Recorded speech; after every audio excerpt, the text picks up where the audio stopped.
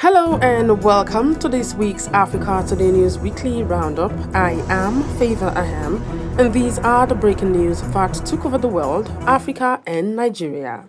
U.S. scientists create early-stage human embryos from skin cells. GSK's Dame Emma Walmsley steps down after 8 years as CEO. Madagascar dissolves government following deadly youth protests. Trump unveils Gaza peace plan with Israeli endorsement. Elon Musk becomes world's first half-trillionaire. Diddy sentenced to 4 years in prison after public apology. Japan's ruling party elects Sanae Takaichi as first female leader. Nigerian civil group warns against taxing sex workers and illicit earners. Castor Semenya ends 7-year legal battle over eligibility rules. Now the news in detail. Beginning from the international scene, scientists in the United States have achieved an amazing milestone in reproductive science. U.S. scientists have managed to produce early-stage human embryos using DNA removed from skin cells, which were subsequently fertilized with spermatozoa. Scientists greeted the breakthrough as a prospect for curing age or disease-related infertility, and even as a step towards making it possible for same-sex couples to have children with genetic connections. But scientists have, however, cautioned that clinical application is at least a decade away, pending intense ethical and safety trials. The breakthrough has rekindled global debate about how much genetic science should be permitted to change human reproduction. Away from the US and to the United Kingdom, where Britain's second largest drugs company, GSK, has announced the resignation of its experienced head, Dame Emma Walmsley.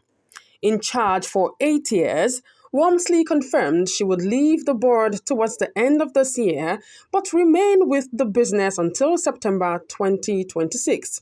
She said she plans not to retire. Her successor, Luke Mills, GSK's commercial head, and a friend she recruited from AstraZeneca, will assume the position in January. Her exit marks the end of an era for one of Britain's most influential corporate leaders.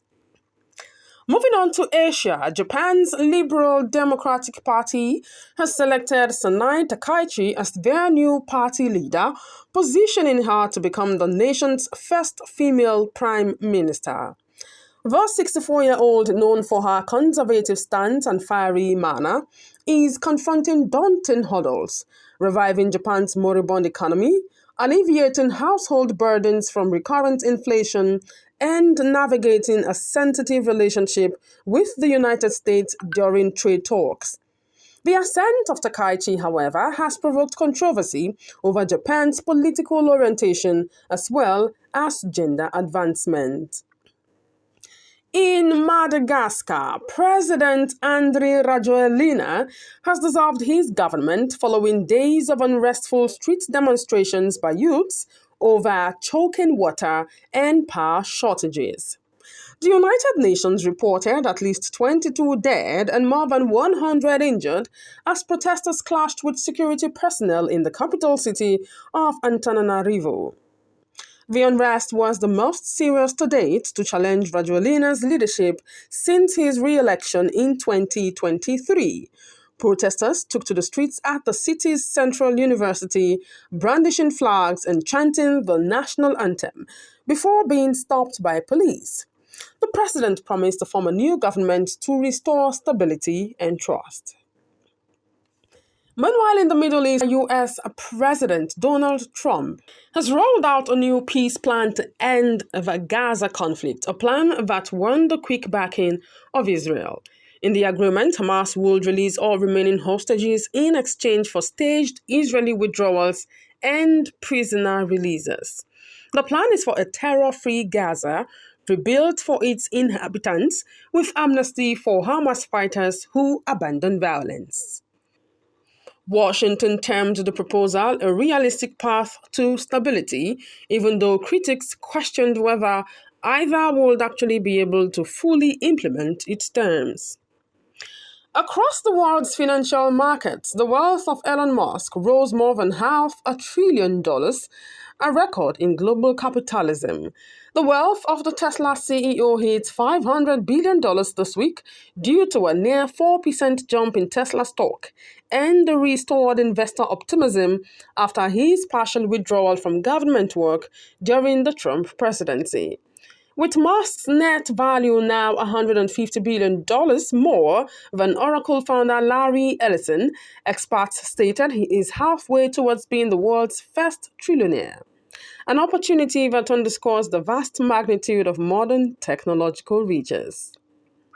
In the New York, hip-hop giant Diddy was sentenced to more than 4 years in prison after entering a plea of guilty to interstate prostitution charges. During a tearful court session, Combs told the court he had changed for the better, making apologies to former lovers Cassie Ventura and a woman, Jane. Judge Arun Subramanian said the sentencing was the balance between punishment and rehabilitation. The high-profile case, which captured headlines globally, was a collapse in colossal proportions for one of the music industry's most influential personalities. Now on to news from Africa and Nigeria, beginning with Nigeria, where the civil society groups have vehemently condemned the federal government's proposed tax plan that would make it mandatory for sex workers and people engaged in criminal activities to pay taxes. The Civil Society Organizations on Community Advancement and Humanitarian Empowerment Initiative, a UN-approved network, has warned that the scheme is against international standards of fighting crime and can be used to legalize illegal business. The bill, tabled by Fiscal Policy Committee Chairman Taiwo Oyedele, will come into effect in January 2026, arguing that the law does not distinguish between legitimate and illegitimate income. The government was urged to rethink by critics. Meanwhile, South African Olympic champion Caster Semenya brought to an end her 7-year-long court fight with World Athletics sex eligibility rules. Although she secured a groundbreaking judgment at the European Court of Human Rights in July, her lawyers promised she would not sue the case any further. The decision ends one of the longest and most bitter cases in sports law in modern times. Semenya, who is a two-time Olympic gold champion, has long believed that the rules on testosterone are discriminatory. Her team said the victory at the European Court stands as a permanent record of injustice overcome. Now that is it on this week's News Roundup. Join us again next weekend for the top stories shaping the world, Africa and Nigeria. I am Favor Aham. Thanks for listening.